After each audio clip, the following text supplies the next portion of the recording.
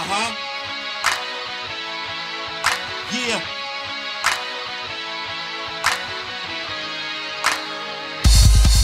See ya.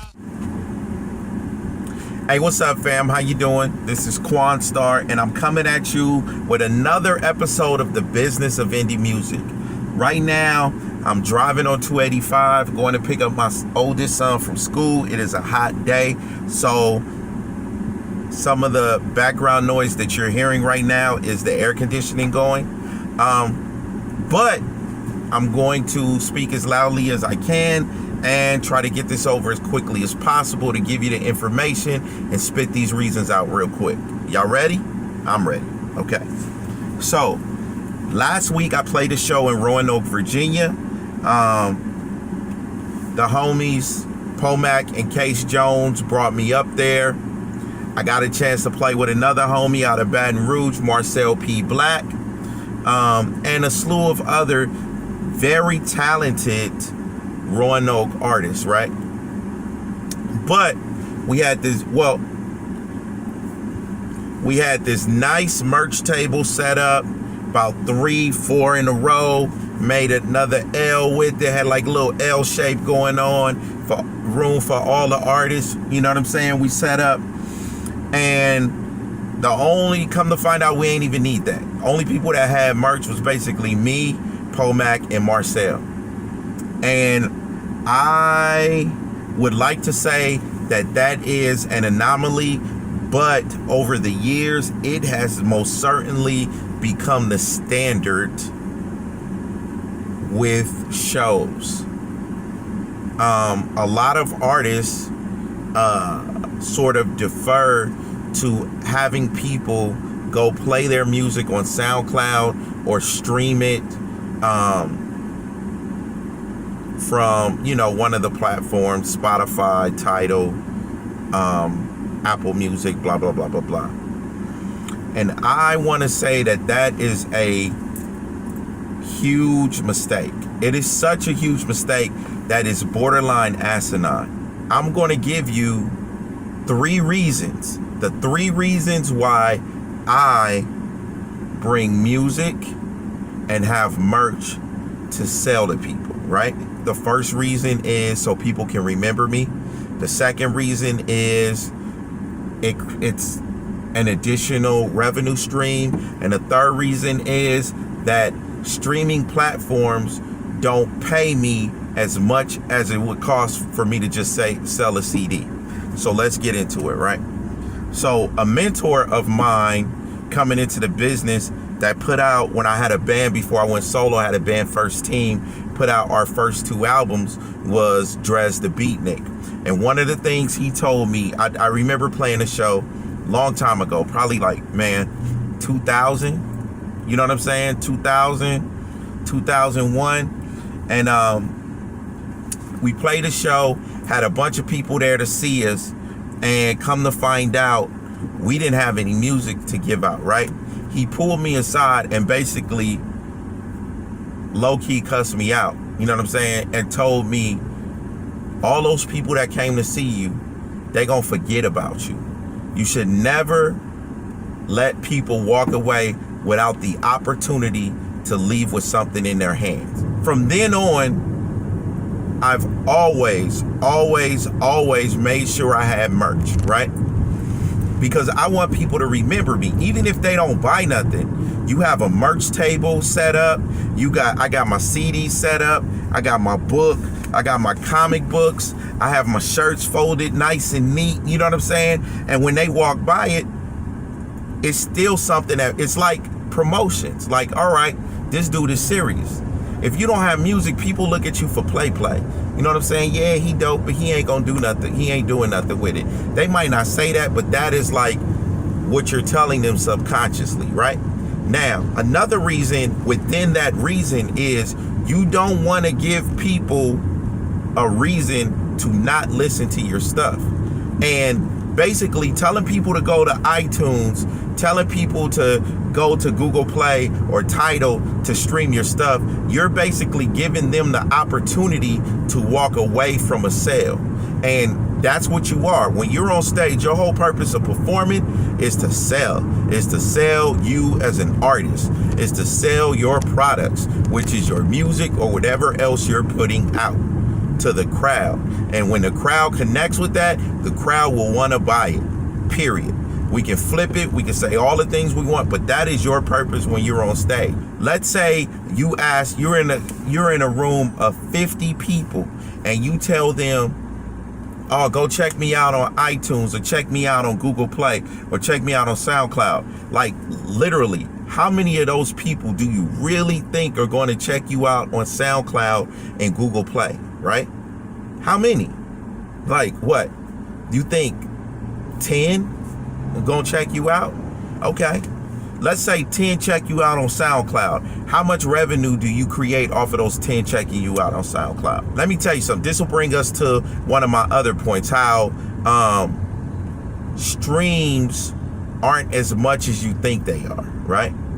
So I wrote down some numbers. I'm about to peek down at them real quick. So Spotify pays you between 0.006 cents to 0.0084 cents a stream. You make way less than 1/10 of 1 penny per stream, right? In order to make $10 off of Spotify, right, you need to have 1,666 streams around there. Apple Music pays 0.0125 per stream. You need 1,361 streams in order to make $10. Tidal, who pays the second most, thank God, pays out a whopping 0.0125 cents per stream. You need to stream 800 songs in order to make $10. And Napster, which streams the most, yes, Napster still exists, right? They pay out 0.019 per stream, which you need to make 500. You need to have 526 streams in order to make $10, right? How many albums do you need to sell to make $10? One, maybe two, if you're selling your album for $5 each. Come on, man. You do the math. In most venues that you play, it ain't gonna be 1,666 people. It ain't even gonna be 526 people. And if those 526 people, if it's 526 people there, all of them not gonna check you out on those streaming platforms. Probably less than 10% is. You're basically telling people to go somewhere where it takes you 1,600 streams to make $10. You know what I'm saying? Hey, don't get me wrong. I'm not saying that you shouldn't have music on these streaming platforms. I have music on these streaming platforms. Everyone I know has music on these streaming platforms. What I am saying though is that it is foolish to basically give up a sale like that. So the last reason why you should always have merch and music to sell or give away, if that's what you want to do at your shows, but you need to sell it for this one to make sense. It is a revenue stream, right? So let's say, let me give you an example, right? My goal when I play shows, typically I play shows where there may be like 50 people, 100 people, a couple hundred people, right? All right. What I do is I know in typical sales that I have you probably have something like a 10, if you can hit 10 to 20% of the people to get to buy something, but really like 10%, you're doing well, right? So if I know that there's, let's say, 100 people at my show, right? I want to sell to 10 of those people, right? So the best way to sell to 10 of those people is to have as much of a diversified is to diversify my opportunities for them to purchase things from me, right? So I have music. I've dropped over 15 albums. I have at least 8 to 10 of those albums with me at all times, right? I have about 3 or 4 different shirts. Even though I have like 12 designs, I bring like 3 or 4 different designs all the time. I have a book. I have comic books. I bring everything that I can because, so let's say one person walks up to me and say, I really like your music, right? Where can I get it? And I say, hey man, just go to Google Play. We already discussed the streams. That's basically throwing away a sale. So I have a CD in my hand and say, here man, we got this CD is $10 or $7 or whatever. It's $7, or you could buy 2 for 10, or you could buy 3 for 15, or however you want to do it. Or if you get the CD and the t-shirt is 20, you know what I'm saying? The CD is your gateway to selling your bigger ticket items to make more money.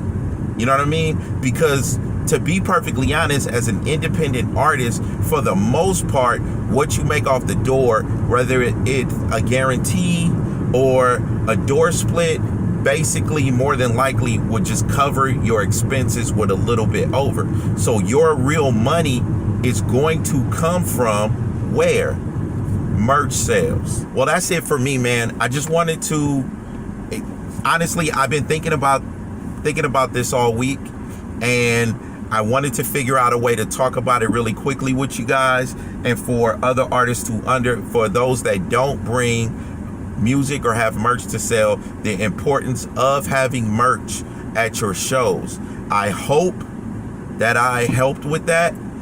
If I didn't, I apologize. Send me an email. You can go to QuanStarMusic.com or hit me up at Twitter, QuanStar, QUANSTAR, or Instagram, QuanStar1976, and ask me more questions, and I'll be more than happy to answer them. This has been another episode of The Business of Indie Music. My name is QuanStar, and today we talked about why it is important to bring merch and have merch at your shows. Peace.